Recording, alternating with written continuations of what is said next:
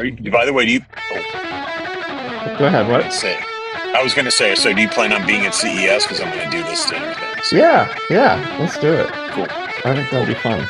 That's good stuff. I'll send you the invite list, and you can tell me who I inadvertently left off. Right, right. Oh my gosh. It'll be fun. Okay. All right. Cool. Yeah, we're back. Welcome everybody to IoT Coffee Talk. Yes, exactly. I'm your cowboy DJ. There you go. That's kind of In yeah, here, yeah, cowboy. exactly. I have to represent for all the DJs in the world, right? Yeah. Okay. So it's another hot week in tech, and hopefully we'll have something valuable to talk about today. Hmm. So where are you at, Pete? I'm in Massachusetts right now. I've been there for a couple of weeks for my annual kind of refresh. Uh, and Yeah. it's been great. It's been great being out here and, you know, weather's been actually really nice. Saw some family Oh, that's but great. tech happens every day. So, It does. It does. Absolutely. it never stops, never stops, Yes, regardless of where you are no happening. doubt. So, No I got a doubt. few interesting messages this week. I had two colleagues this week who emailed me and left and told me they were retiring from their positions Oh, wow. at two different pretty big tech companies, and I was like, Good. interesting. Yeah. Uh, so the transition continues, I guess. Were they There's, retiring on their own? I mean, they use the word retired, Unassisted? so I respect that. Unassisted.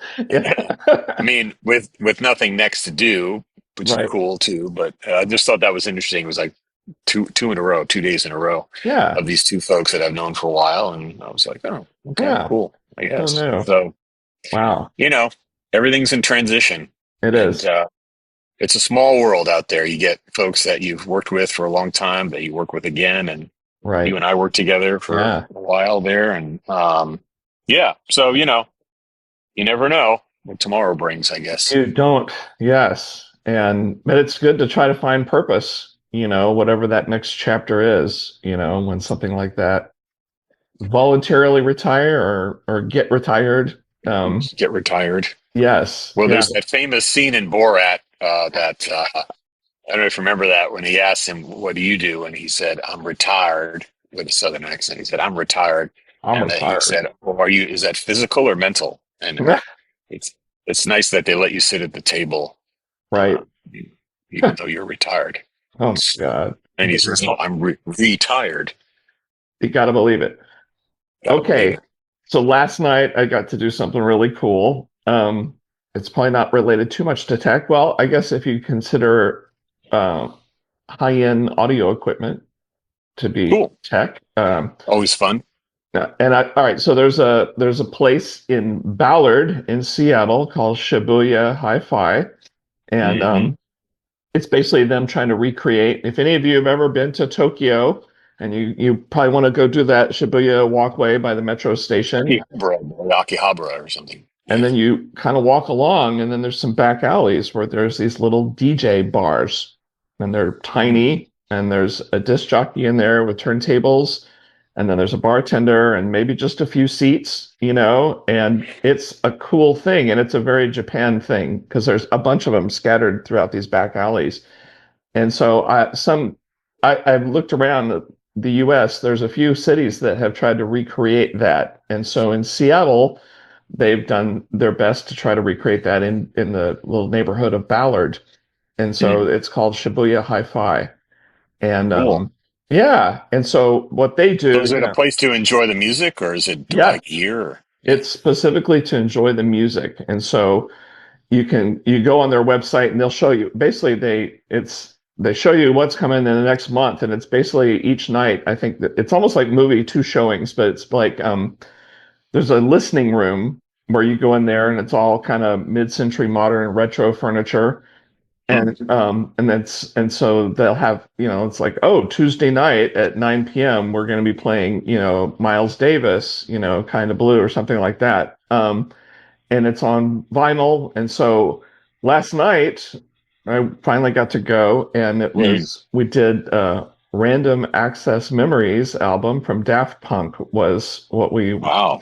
and you go, and it was Who's like, Very hipster scene. Sounds like very hipster It scene. was, it was, but they do all kinds of music, I think tomorrow night's Marvin Gaye, and Oh, cool. stuff like that. And so when you first go into the place, it's like a large bar, and there's a Mm, DJ. I think they were playing a Jamiroquai album that was really cool, and then they had a beautiful looking bar. Just real, I'm a fan of cool looking bars. mm, The lighting.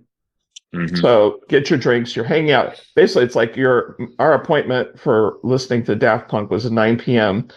You get there and they go, okay, well, we'll take you into the room in about 25 minutes. So obviously they want you to get a drink and sit down, So anyway, you're doing that. There's a main DJ and there's all these people in the room. And then when they say, okay, now it's time for your deal, you kind of go down this hallway and line up. And then they take you into one of I think they have a couple of listening rooms.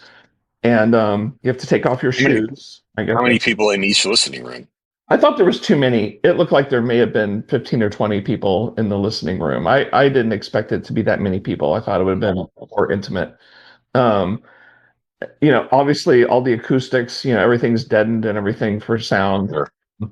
And then so they take you in there and you have to take off your shoes. So very Japanese. You couldn't bring your drink in with you, which was kind of a bummer. Yeah, I know. And so yeah, you find your place and sit down, and then a guy comes up and demonstrates the audio equipment. And so it was Techniques, SL, 1200 MK2 turntable, wiki, and then I think a Luxman amplifier, Oh, and so nice. you talked I used to about have a Luxman CD player uh, way back in the day. they made Yeah, that great was equipment, beautiful. made amazing equipment. Yeah. And then the speakers, he goes, okay, well, here we have some monitor speakers that were made in the UK. And I forgot the brand. He's like, you would find these like at Abbey Road Studios and stuff like that. And then he had some bigger ones that are Klipschorns. Oh, I was going to say Klipschorn. Okay. Yeah, Serious. Klipschorn, ginormous Yeah. from Yeah, the with the big 70s. wide, Yes. big wide thing. Those big cabinets. Yeah, and so he's Yeah, giving everyone a deep dive on this, it's cool. 70s audiophile equipment, which I totally believe in. That was the golden era of audio Sure. equipment back then. And then he goes, tonight we'll be listening to Random Access Memories. And so he gives you the backstory, of the album, the making of the album. It won I think it swept the Grammys. It won at least five, Mhm. album of the year, and all the people involved and everything like that. And how our two favorite French Android DJs uh, paid for all the production and doing the whole thing themselves, which paid off for them greatly since it was the number one album. And so I think they got to make $70 million each off of that deal, which paid off. But yeah, it was, and I guess I guess that they were so digital in that album, they were trying to get back to real sounds again, and there's a lot of Cool. 70s vibe to that album. And then yeah, and then and then I don't know if a lot of people know this. Hmm.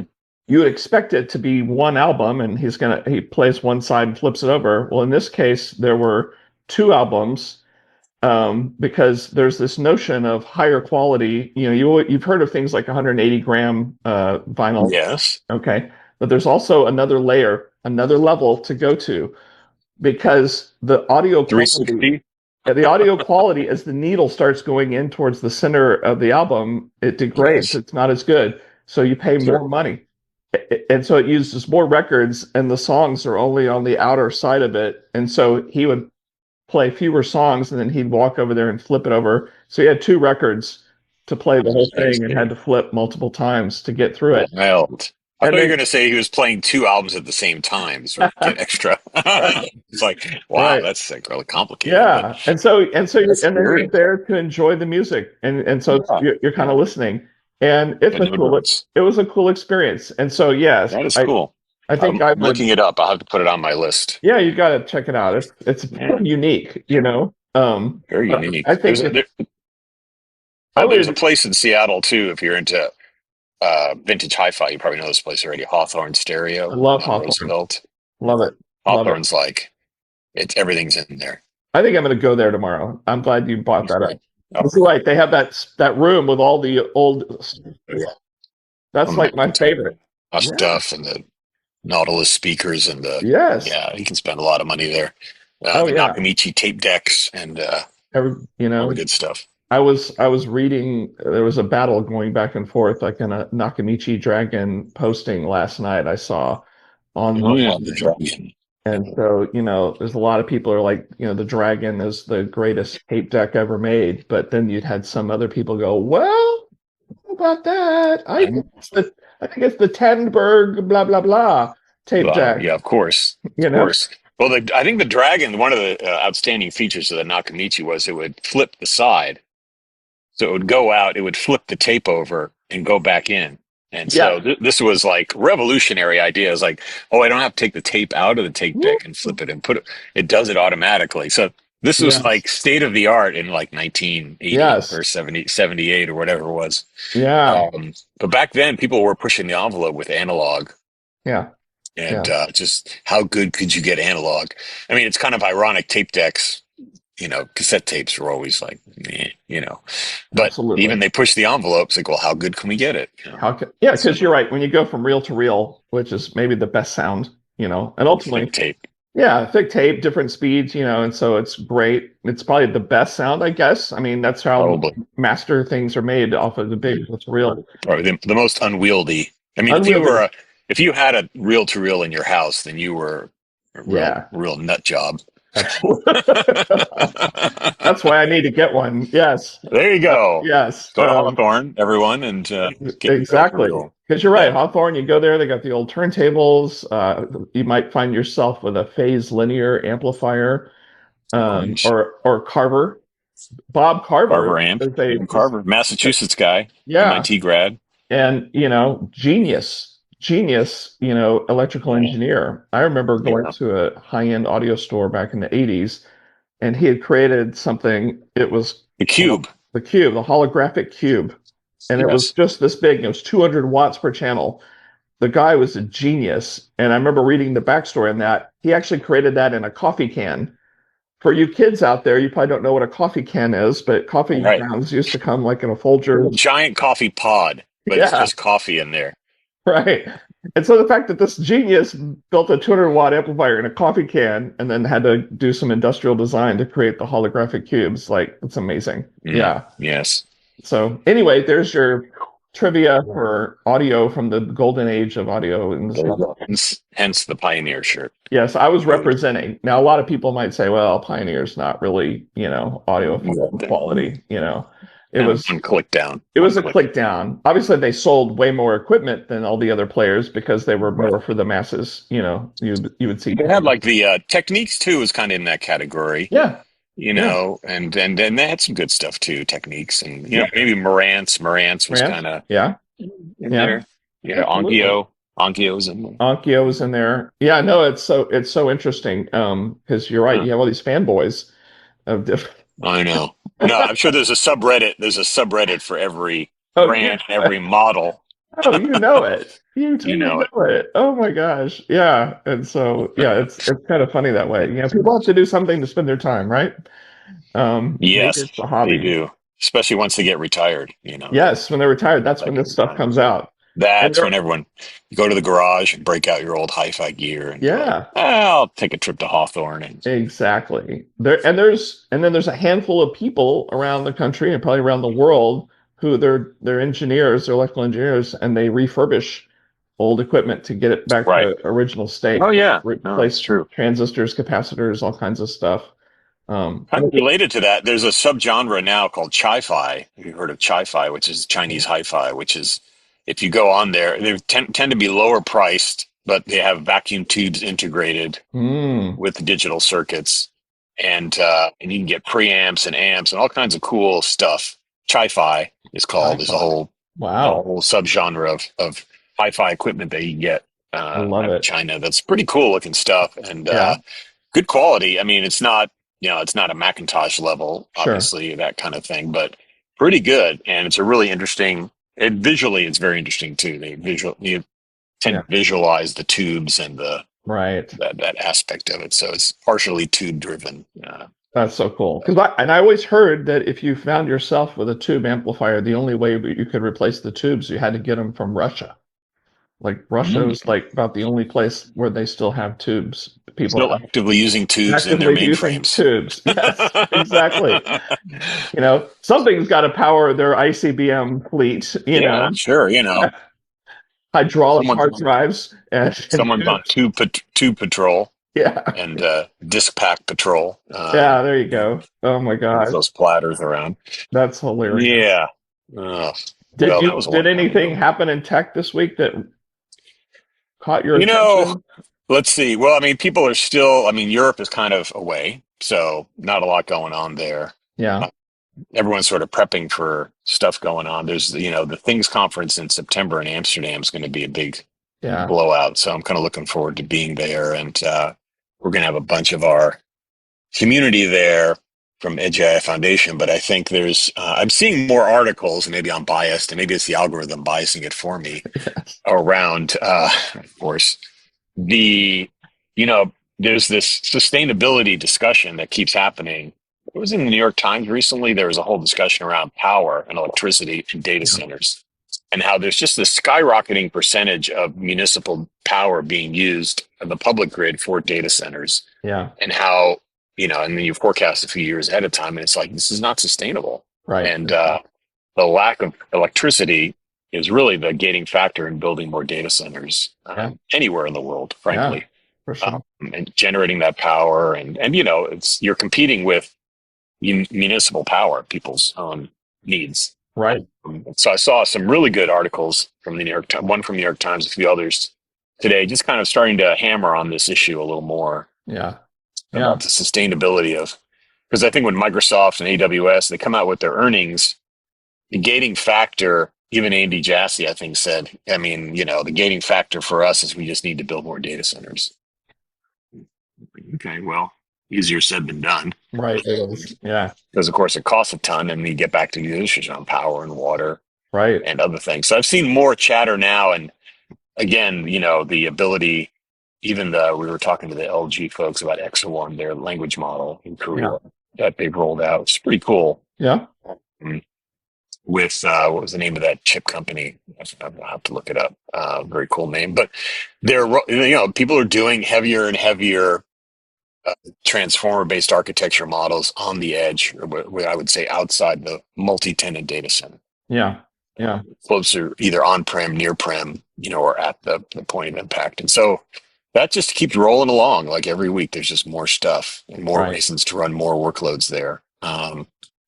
So yeah, That's I cool. just think it's kind of in the news. But again, when I say in the news, that's my news. That's Your news. algorithmically curated and biased from my eyeballs, which We is are different here than to your make news. you feel like you're the most important person on the planet. Isn't And it everyone seeing the same articles I am? I mean, come on. all the things you care about are served to you just boom, boom. Wow. I know it's amazing like Yeah. that. Everything I Wow. care about seems to be in the news. You know, is it a battle? Is it AI versus sustainability? Do you think Well, in a big it's way? funny. I think it's getting there. It's getting there. And I've always been an advocate for more transparency on the amount of environmental resources used per cloud AI query, right? So just like you would show like on your fridge, the what's it called, Energy Star Oh sticker, yeah, right. Yeah, so this uses $20 a month, whatever. It's like yeah, if Claude or ChatGPT said this query is going to cost you, 4 bottles of water and 200 kilowatts or whatever, right. or yes or no, and I'm sure you'd see a really interesting user behavior there saying, well, maybe I don't need to, Yeah, more power and right. energy to answer this 2+2 question. Yeah, But yeah. it costs money and it costs resources and resources are finite. It's not an infinite thing. So I saw a video. It was like a news report out of wherever in Tennessee where Elon's got his XAI cluster that he built, Colossus, yeah, which is yeah, insane. And it shows, I don't know if it's all natural gas powered anyway, but this reporter's walking out there and it's just like, whoosh. It's the loudest thing you've ever heard in your life. It reminds you, like when you go to a data center, you hear the servers are like real loud. And it was just deafeningly loud outside in this area where they've built Colossus. and they were just talking about the insane amount of electricity it uses. It was just off the charts, and the noise was deafening. It was, Mm. you know, Noise I mean, pollution. it is, and when people, this notion of, there's been different entities hunting for municipalities that will say, sure, you can build, like the whole Stargate thing. They just got Mm. lucky that Abilene said yes, because apparently they've talked to lots of other communities. I mean, as soon as the community finds out how much energy it's going to suck and water, most of Right. them say, nope, no way, you're not coming here. Right. Right. And Yeah, no, it's a tough sell. And Furiosa, by the way, Furiosa AI is the semiconductor company working with LG on Exelon, oh, okay, all right, mm, which is a cool name, by the way, it is Furiosa cool. AI. Yeah. That's cool. Uh, Uh, but it's like, maybe this translates into higher, CapEx or OpEx costs for AI for corporate, and yeah. your co-pilot prices, everything is going to have to eventually go up, Right. to cover the cost of diminishing resources to Yeah. power these things, right? I mean, unless you can keep building those data centers, Right. and the cost of energy and water and stuff, like, I don't know, Yeah. it's going to be challenging. So hopefully that doesn't mess up the economics of Yeah. some of the cloud-based AI stuff, but we'll Yeah. see. And then there's this whole water thing. And so this notion of, yeah, they're using extreme amounts of water. And then Hmm. one of our analyst friends, who I won't name, is like, that's just total BS. You just don't know how this stuff works. That's mainstream media trying to scare you into it's taking Hmm. away all the water from the people and stuff like that. It's all recirculated and everything. And you're like, well, who's right on this subject? Or fab plants doing the same thing. And so, I started poking around trying to do more research, and the stuff I've seen says, it's still an estimate, but then an AI data center, because the unit of work on it for especially training, with things like Blackwell's, they said it's going to use anywhere between 10 and 50 times more water than a normal data center or a normal cloud data center doing normal Right. workloads. And, I know those are estimates. And so, I read all kinds of stuff about how much more water it's using. But I know we've got other analysts who are saying, no, this is all FUD. It's all recirculated and it's not using that much water and stuff like that. Well, But it's recirculated, but it's still a lot of water, it is. And they're still using lots of new water all the time.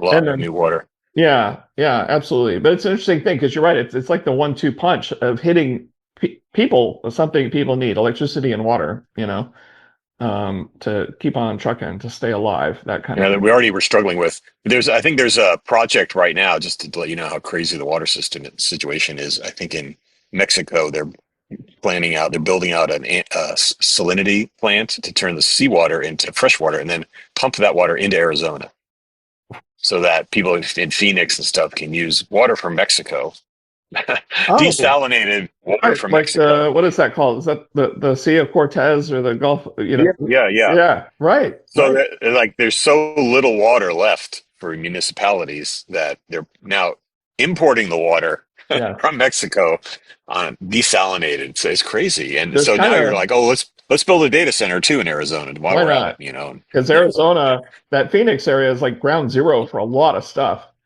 I And know. I've always perplexited by there's a pun, Yeah, by the fact that because the Mexicans have been complaining that by the time you get through Yuma, Arizona, the obviously the Colorado River is pretty run dry, and so the Mexicans aren't getting the water they used to get.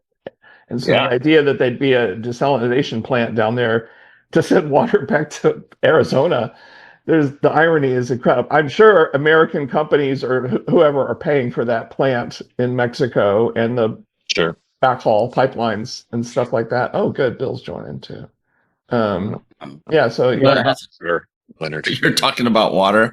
You're supposed to yeah, be talking about IoT. we did. Well, it's an AI and data centers and then water and power and blah, blah, blah. Oh, It's all that good Yeah, yeah. stuff. yeah. We Yeah, started off by talking about audiophile equipment and Shibuya DJ right. bars, and then we Water, moved water on. everywhere, but not a drop to drink. I think Exactly. And Yeah. that's and the then line. yes, the electricity used for these data centers. I Yikes. probably have the video clip. Yeah, this one woman reporter in Tennessee going over to Colossus Center, Elon's. It was deafening, the sound of Phones on it, yeah. outside. Like you couldn't live, and you'd have to be several miles away from this place to get a good night's sleep. It was just using insane amounts of energy. Well, people used to have apartments next to the railroad tracks, and what's the Okay. problem there? You know, that makes that there always has to be a tie-in with some movie or something, and so I always think of the Blues Brothers when he goes Elwood when he gets out of Jake gets out of jail and Yeah. goes to his apartment in Chicago, and it's right next to the L. Yes. It's like the train's going by the whole. It's like, how often does that train go by? It's like, it's so often you won't even notice.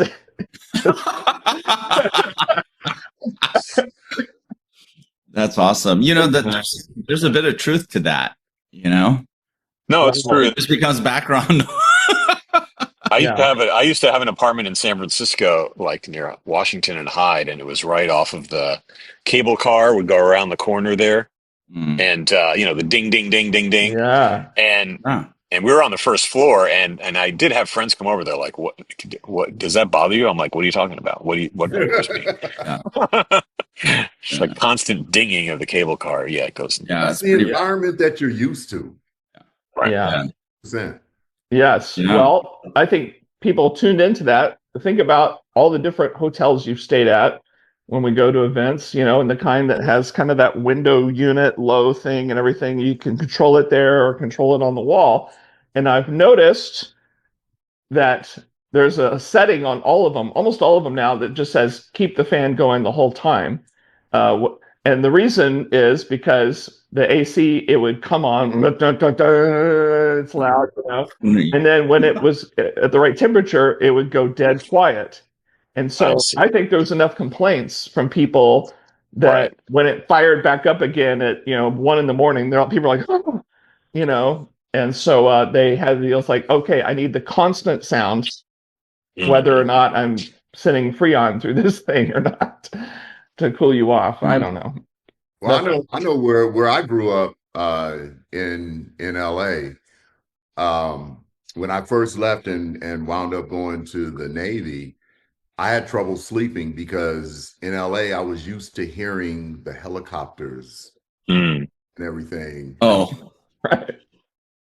What helicopters? Yeah, I lived in a high crime area, but what? Yes, What? yes, quiet as it's kept. Yeah.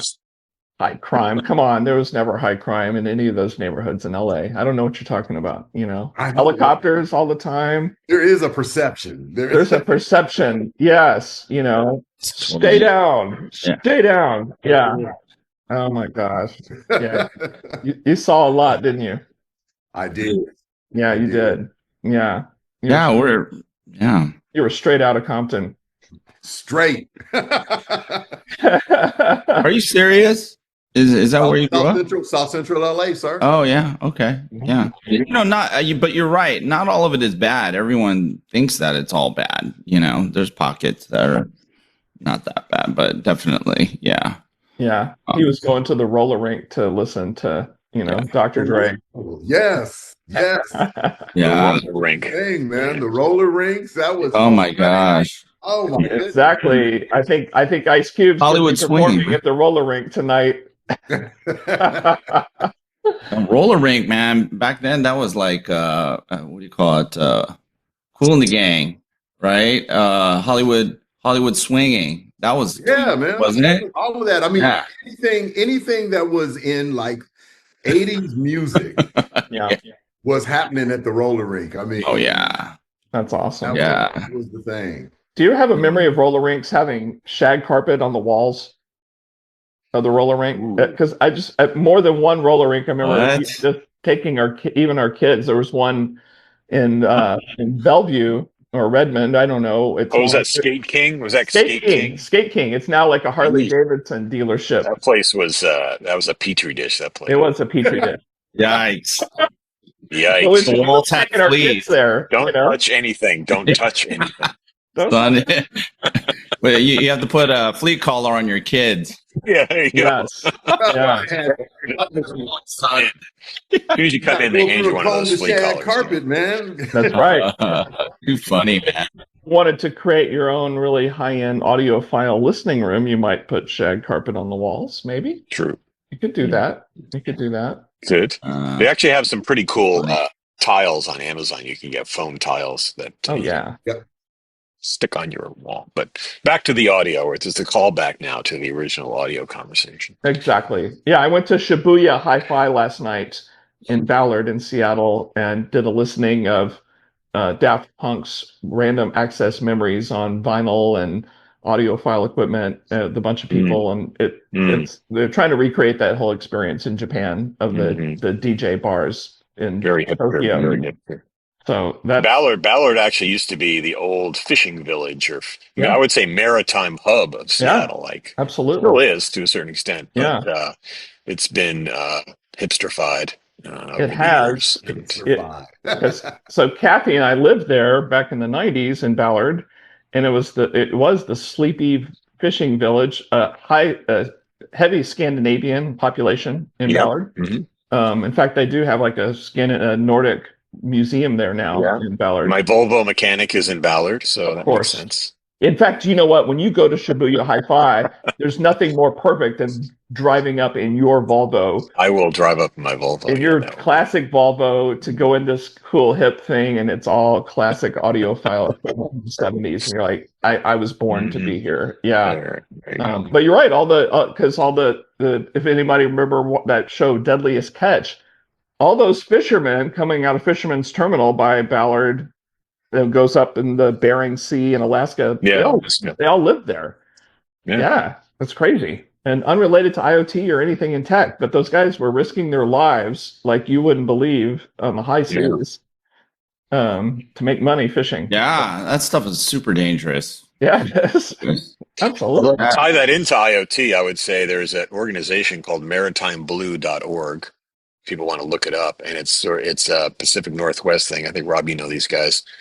And Joshua Berger, I think, runs it, and it's like it's sort of a coalition of companies working on tech in the maritime and port shipping space, and tons of tech, tons of edge tech and connectivity tech, as you can imagine in the current maritime world. Yeah. So it's pretty cool. I'm glad they have that organization, because you're right. A lot of people, it's forgotten a lot of times, or people coming up with tech use cases and startups, and they just don't think about the maritime world, Well, and it is culturally, I know Joshua was telling me, like, culturally it's challenging because you've got a lot of, what's that guy? Who's that guy? Quint from Jaws, people like that who are like not really tech savvy, and they're, but they obviously they want to use the right stuff at the right time. And it has to be built in a certain way. I mean, talk about industrial enclosures and, And you can imagine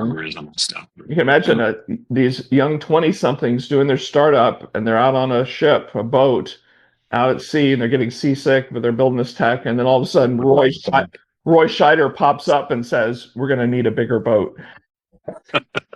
That's when you get terrified. Oh my gosh! Wow, that's good. I don't think Leonard or Bill understand what we're talking about. No, I do. They're too young. They're too young to know what we're talking about. Absolutely. Oh my gosh. Wow. Yes. How old are you? Out to sea. Out to sea. Yeah, the sea monsters. Yes. By the way, the 50th anniversary of Jaws, the movie. So here in Massachusetts, very big thing. Jaws here is like a big deal on Cape Cod. So everyone's. Was that 1970? 75. Yeah, 75. That's right. 50 years. Yeah. But everyone's into the Jaws thing out here, and we have sharks right here in Nauset Beach, a couple blocks away. Wait a minute, was that before Star Wars? It was before Star Wars. Yeah, it was before Star Wars. It was the first blockbuster. It was. Film. Yeah. I just right. remember that's been a big deal. That's been a big deal. You're right. The 50th anniversary. I watched some program, and Steven Spielberg was talking. That might have been his first big movie, and he talked about how hard it was to make. He's a young director, and then he talked about, it's one thing to have all your cameras and do stuff when you do a normal movie on land, and then we're out at sea, and Floating this around. is happening. Yeah. And it said it took like 3 or 4 times as long to get good shots. Just Yeah, that's right. waves. Yeah. Pre-CGI, so the shark was a mechanical shark. Yeah. And they built multiple mechanical sharks. So that mechanical shark, I believe, is at Universal Studios now. I'm not sure. It is. It is. But that was quite the hydraulics involved and the salt, of course. And Don't you kind of miss that Yeah. practical effect Yeah. and building something like I heard Leonard. Curious. I know I heard the word King Kong. Yeah. You remember they built a robot King Kong Yeah. for the movie when he climbed up the World Trade Center and all that stuff. Yeah. Yeah. And then Jessica Lange, when she was in the palm of hand, it was like they built the hand, right? Yeah. And then it dipped into the water and all this other stuff. And Those were the good old days. yeah. But it looked more real. Think back to like I recently watched The Empire Strikes Back with my son. And man, that movie still holds up very well technically. It looks great. As soon as they came out with the CGI versions, man, they ruined everything. There's something to be when there's something's left to the imagination, right? And I think Star Wars, that franchise, was the greatest when George Lucas just left it as those 3 movies. Then everyone's imagination went wild, right? And everyone had an individual sort of thread of fantasy that stemmed off of those movies. And then now that Disney's come up with these some pretty terrible shows that ruined everything, and so now you have to somehow marry this really cool fantasy that you created around that franchise and reconcile it with a bunch of crap, CGI. Andor's pretty good. Andor's pretty good. That's what I heard. I was on the plane on the way back. Andor's I heard some dude. Very loudly recommending to the entire plane. Watch there's a lot of nerdy people. Like us that will spend a lot of time talking about, how Star Wars changed their life and it was an awakening for them. And they'll talk about what are the best Star Wars movie. Lots of people will say there have been no good Star Wars movies made in the 21st century. But I think there was one, and lots of people concur with this. Rogue One, I think, is the only good movie that they put, and that led to Andor and all that stuff, because Rogue One was so clever and so good. The prequel. Yeah. Unlike all those stupid ones with, Jar Jar Binks and pod racing. Jar Jar, that was the Nader. So a lot of people, what I think the consensus, and obviously this is what I hear, a lot of people think, as you just said, Leonard, a lot of people think Empire Strikes Back is number 1, the best. Some people say A New Hope, the first one, is number 2, or Rogue One is number 2 and New Hope is number 3. And then all the rest, I don't know. Yeah. I don't know. Revenge of the Sith was pretty damn good. I was gonna say that's in the spitting distance there. Yeah. It's pretty good. Yeah, right. They had some lines in that movie that just really killed it for me. But I thought Solo was pretty good. I don't know why people say Solo is by far the worst one ever made. I know. And if you liked it, you obviously have no taste. So sorry. So sorry. Yeah. You're off the island. What is this? You're off Skywalker's ranch. Get off of Skywalker's ranch. Get out of here. No, I actually liked it. I don't know why people hate it. What was so bad about it? I don't know. I don't remember it now. That's what's so bad about it. One of my, as a professional movie reviewer, one of my criteria is, would I want to go see this movie again? And there's so many movies that they just are like, I'm not worth watching. Yeah. Well, my measure is, does it sit on my NAS server? Yeah. Is it worthy of taking up? That's the criteria. Yeah. Yes. Is it worthy of taking up, anywhere from 30 to 60 gig of my hyperspace. Right. No, the thing that killed it for me for Rogue One was, when they went to get they went to that server room, or data storage, or gigantic detached storage room, and it was like an arm and getting out they a pull hard it drive. out, and the thing is like the size of a friggin' massive, massive hard drive. Old school. It's not even SSD. And then when they play it back, it's like completely low res, schematic of the Death Star. Wireframe. That just, it should have been like a mini or micro SD or something like that. Yes, you're right. Right? They were not as advanced as we are today. We would have just a little thumb drive with the entire plans for the Death Star. Yeah, but they figured out how to travel faster than light. I mean, but they can't. they could. Yeah, hard drives. They should have had the reel-to-reel tape deck. Yes. They didn't have TSMC or SK Hynix, apparently, in the Star Wars galaxy. But some of those prequels, though, with the height of horrible acting, like Natalie Portman and whatever the guy's name that play Anakin, who Shin Hayden. Yeah, the two of them in the last prequel together, when you ultimately transforms into Vader. But that is some of the worst acting I've ever seen since Apollonia 6 in Purple Rain. Whoa. That was some Was really she really bad. that bad? Oh, do you remember some of the lines in Purple Rain? Like Apollonia, she's like, "And you, what did you dream of?" I'm like, "Oh, girl." She should have never opened up her mouth and just sat there and looked. Yeah, absolutely. Purple, but that's a great movie, though. Horrible acting on her part, but love. That was kind of an autobiographical of Prince, actually. Yeah. But speaking of AI apocalypse, did you guys see the what is it, The Last Reckoning, or the Mission Impossible? Yes. Final Reckoning, right? Yeah. I haven't seen it yet. Yeah. Okay. I won't spoil it for you, but I will spoil this aspect because you got a sense of this in the previous installment. Yeah. It's like a freaking Scooby-Doo, like the end of a Scooby-Doo where like the villain, where they pull off the map. That whole, if it wasn't for you, the meddling kids, except it's that whole thing throughout the movie. They're like having to explain everything, and it's just I don't know. Talking about bad acting, Tom Cruise is a decent actor, if not, and in certain instances, pretty damn good, right? But sometimes it's the director, man. Yeah. There may have been some good shots. It's just the director and whoever edited the material just did a shit job. And editing is not easy. There's this whole timing element. You know what I'm saying?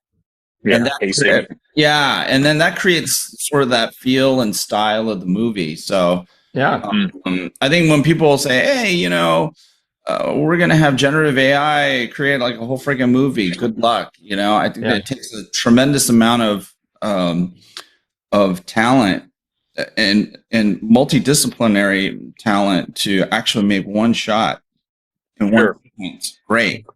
Although, can't you give it a prompt and say, in the style of Quentin Tarantino with the editing skills of blah, blah, blah? Yeah. With the background music of Hans Zimmer. Yeah. There you go. Sure. Although, I'll tell you, the F1 movie, Hans Zimmer, man, his soundtrack is like free. I watched it. F1, right? Movie. Great. Yeah. I've seen it twice. It's awesome. That's a great movie. It meets your criteria. Don't twice. Are you just trying to rub it in? Dimitri's going to watch this episode. He's going to get so pissed off at you. You know what, Dimitri, Mr. Positivity. He never has anything nice to say on the show or on any comments post I make on LinkedIn. He never says anything positive. Nice. Always bad thing. Anything I say, Dimitri's like, "That sucks," or "You're an idiot." Nah, he's weird in that nowadays he defends generative AI quite a bit. So he'll say a couple of nice things about, just maybe to be controversial. Yeah. But so GPT-5 passed the not the MCAT, the certification exam after you've gone through your residency and everything, as a doctor. It passed that test, and GPT-5 is now showing higher percentage success rates than actual doctors, and it passed the test to become a doctor. And so on some level, you have to go, I mean, we can all put our head in the sand and say it's still hallucinating, it's bad, but at the same time, it's passing all these tests and blowing things away, and it is actually smarter than any human. And it's, and so that's really happening. There's all these AI benchmark exams and things, and I love, my favorite one is called Humanity's Last Exam. And how the AI does on that. And it's kind of creepy and dystopian too, isn't it? Yeah. But yeah. I mean, why would we even be surprised that a large language model can pass that? I mean, isn't it all kind of built up of equations in the first place? Or just and there's knowledge. There's reasoning built in, and then so there is 100% a workflow to solving a problem. So that kind of stuff doesn't impress me. I mean, those tests are geared toward testing people. And then, to say that an LLM is smart because it beats a human test, it's like saying, hey, a calculator is smarter than a human because it can do very, very long division or multiplication or addition. So friggin' calculator is a hell of a lot smarter than us. And some people can't even count change back to you. That absolutely not. My wife loses her shit over that. Like she'll go to the drive-through of what's change? What is change? But these kids who are working at the drive-through, and you know how you know what the price is, and she gives them the extra money and everything to make it even, to give $1 back. Right. Yeah. And the kids are like looking at it going, I don't know what to do. That's not compute. What's this? All I know how to do is just punch these things on my computer to make it happen. I have no idea how to count or any basic stuff. So that's a good point, Leonard. You're right. The calculator's smarter than most people, and the LLMs now are so big. You could say, well, we've scraped everything, because all you're thinking about is a data set for all the knowledge in the world. And so if your data set, if your LLM is comprised of all the knowledge of medicine in every possible scenario, then you would expect it to be able to know the answers to all the questions to pass the exam to become a doctor, I guess, right?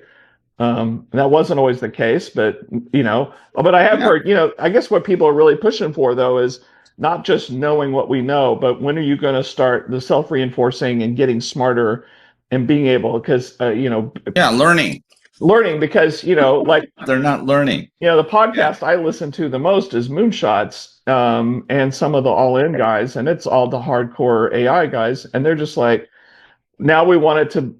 They talk about it solving physics, solving mathematics, like literally, and apparently lately some new mathematical proofs that have never been solved by a human before have been solved by GPT-5, and so. While we do a lot of AI bashing on here, I have to admit this stuff is getting pretty smart. Yeah, it's definitely getting capable. But when it comes to the supercomputing aspect of it is tremendous. It democratizes a lot of that, because think about it. If you have this esoteric, formerly impossible or human impossible math equation or proof,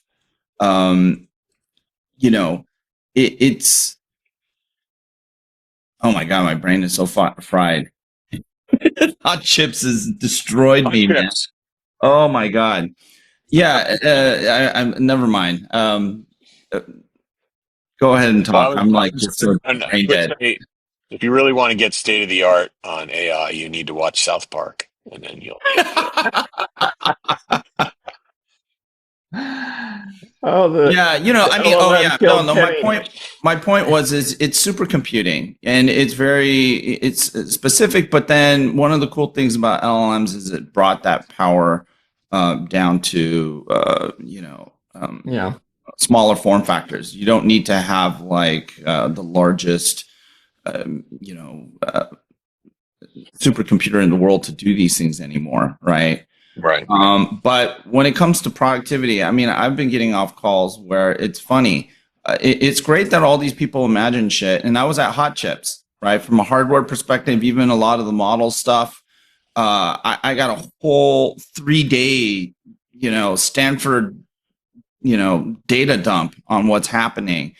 And trust me, man, there are huge disconnects, especially if you aspire to use these tools for business and industry, where these are not supercomputing functions you need, right? And so, we've been saying it from the beginning. This is AI supercomputing, right? Mm-hmm. It's supercomputing.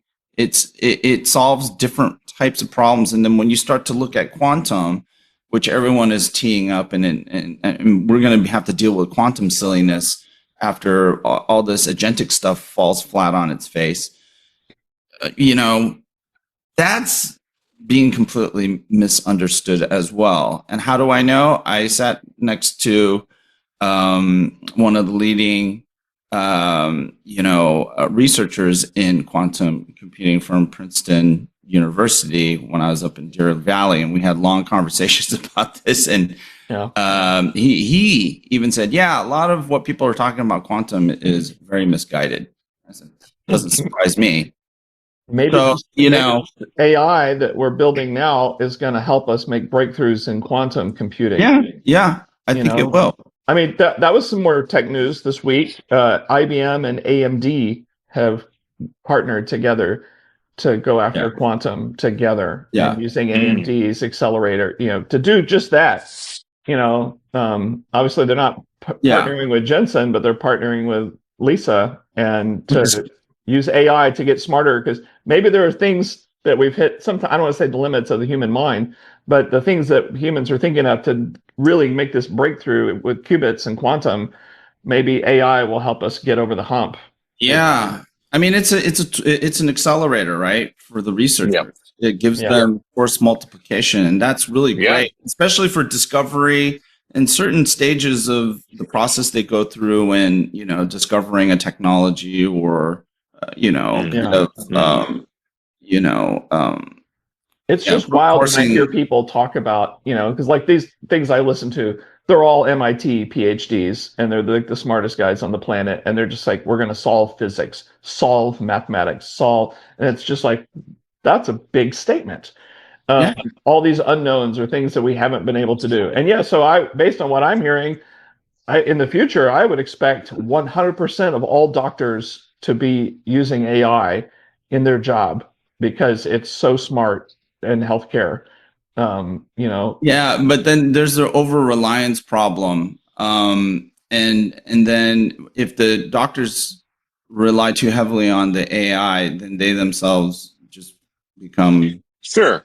But it's sort of like doctors, or it's like lawyers also referring to textbooks and things too. I mean, you got to have the person in the middle to, ultimately use their judgment, and that'll differentiate the greats from the not so good. Yeah, and then you have to still validate the outputs and the recommendations, right? I mean, the thing is there is no way to eliminate the hallucinations, and the only reason why the hallucinations are so important is because they are the things that can make over-reliance consequential, right? It makes us lazy.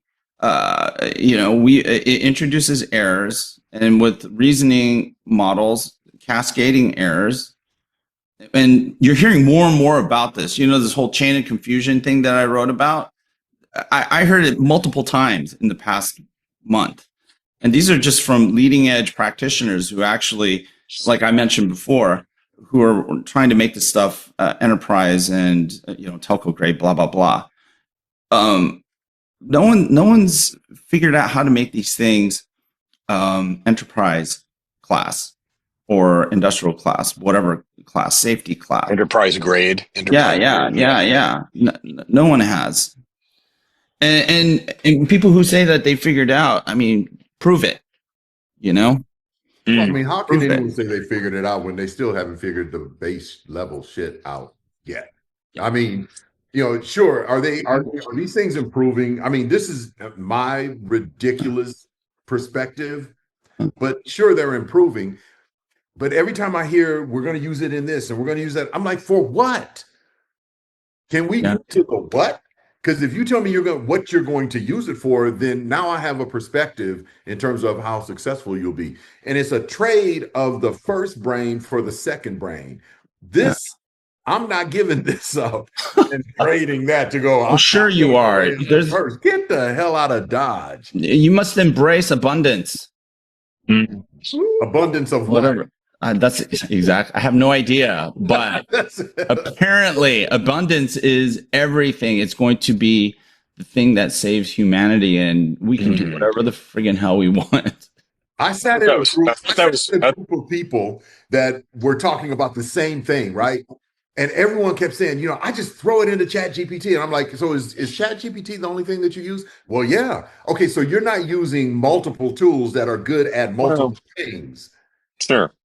No, but I thought that was purity of essence, not abundance. But that's yeah. I don't know.